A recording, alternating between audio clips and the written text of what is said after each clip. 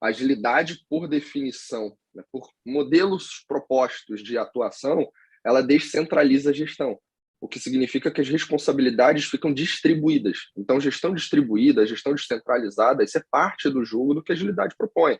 Várias pessoas assumem diversas responsabilidades, umas micro, outras macro, e essas combinações nos diversos modelos, métodos que tem por aí, você gera resultado para as organizações. Óbvio que eu não estou aqui para agora definir o que é agilidade. Estou dizendo, né, do ponto de vista da agilidade, a gestão se comporta de tal modo, descentralizado. Então, quando você percebe que isso é um fato, não adianta eu tentar manter os mesmos modelos de gestão que a gente já conhecia, muito mais direcionados ou centralizadores, porque as pessoas não vão ter aquilo que a agilidade prega. Eu preciso de colaboração, eu preciso de autonomia, eu preciso de... a gente até fala, né, que organizações que usam agilidade para alcançar resultado, elas encorajam os profissionais a darem partida, a darem um próximo passo, a serem ousados, audaciosos.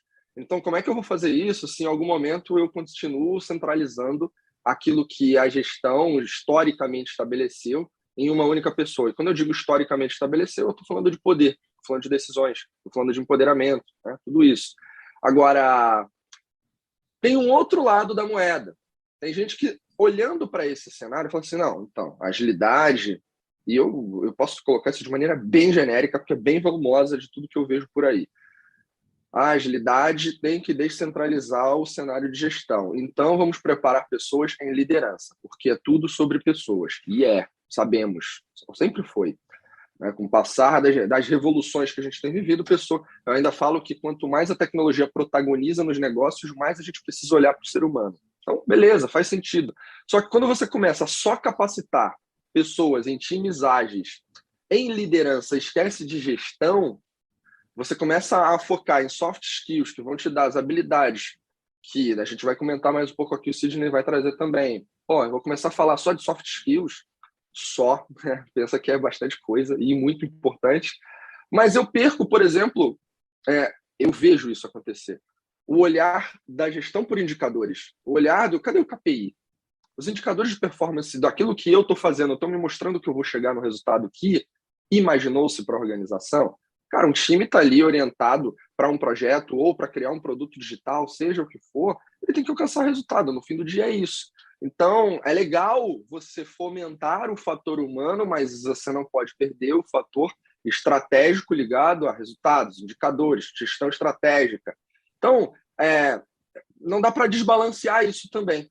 E em times ágeis, e aí chega no ponto, sempre que eu falo como as organizações geram resultado a partir de agilidade, elas propõem times que não apenas são preparados para lidar com essas skills, terem essas skills e navegar bem com elas, né? Criatividade, transparência, colaboração, tudo isso, mas elas também são preocupadas com o negócio, são pessoas preocupadas com o negócio. E se elas são preocupadas com o negócio, automaticamente tem a chance de trazer a elas instrumentos de gestão. E hoje, quando você fala de agilidade e práticas, métodos, ferramentas que se acoplam a um processo, a um modelo de gestão ágil, você traz OKRs, por exemplo, ou OKRs, Objective Key Results, é muito importante porque você traz ali um poder àqueles indivíduos de um time de falar, poxa, o que eu estou fazendo está alcançando um resultado porque eu estou conseguindo medi-lo.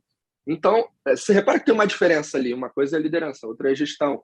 Então, eu percebo que em times ágeis é importante que todos tenham tudo. Eu falei tudo isso para chegar nesse ponto.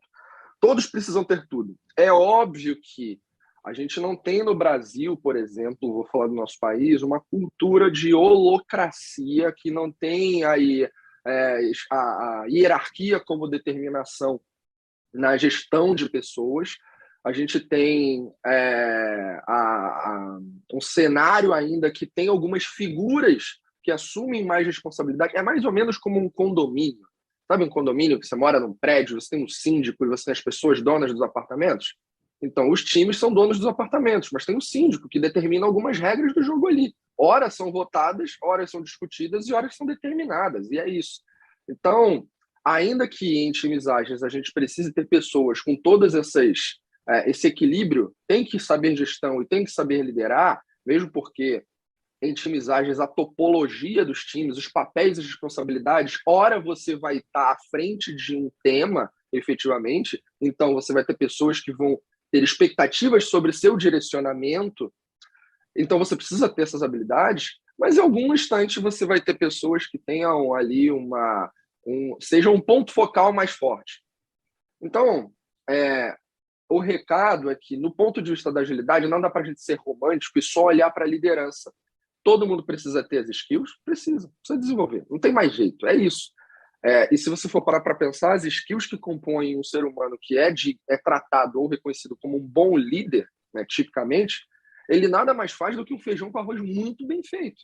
Ele tem comportamentos de um bom ser humano. Eu sou uma pessoa que tem uma escuta ativa, eu tenho atenção em relação ao que o outro está fazendo, eu sou uma pessoa altamente empática. O que é isso? É um bom líder, mas é um bom ser humano. Então, desenvolver essas habilidades, fundamental. Trazer do ponto de vista a gestão, para não deixar que o romance entre as pessoas apenas, e percebam o que eu quero dizer com romance, né, gente? Fique só ali naqueles treinamentos infinitos e que ninguém faz gestão de nada, também não cabe. Então tem que encontrar o balanceamento. E esse desafio é o que vai, né, se encontrado o balanceamento adequado, vai fazer com que times tenham performance. E no fim do dia o que a gente quer é isso. Pessoas felizes? Sim, porque pessoas felizes trazem mais performance para o resultado, para o negócio. É fato, elas estão mais comprometidas.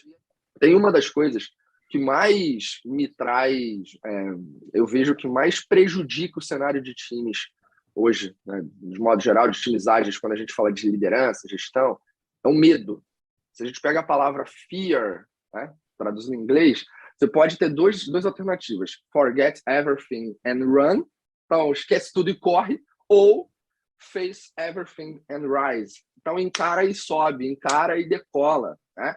E aí você precisa superar algumas coisas. Você precisa superar, por exemplo, a segurança psicológica, precisa ser estabelecida dentro de um ambiente para que a equipe consiga fazer testes, discoveries, explorar, ir nesse processo até errar. Mas ela precisa ter a segurança respondida na cabeça dela. Se eu errar, o que vai acontecer? Nada, está tudo bem? Então, esse tipo de coisa tem que ser promovido pelo ímpeto de liderança e de gestão. Porque você tem que ter um framework de trabalho que permita, se errar, ok, faz parte.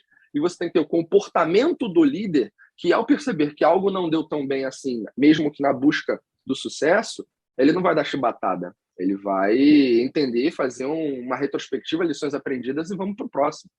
Então, esse tipo de coisa, né, do medo, eu acho que é a grande pedra que se coloca nas organizações e, culturalmente, as lideranças, e aí falando das lideranças agora não como características, mas como papel, função, o gestor, ele precisa ajudar os times a superar isso. Senão, você não tem transformação. Você tem circo ágil, teatro ágil, um monte de coisa. Só para divertir, mas não gera nada.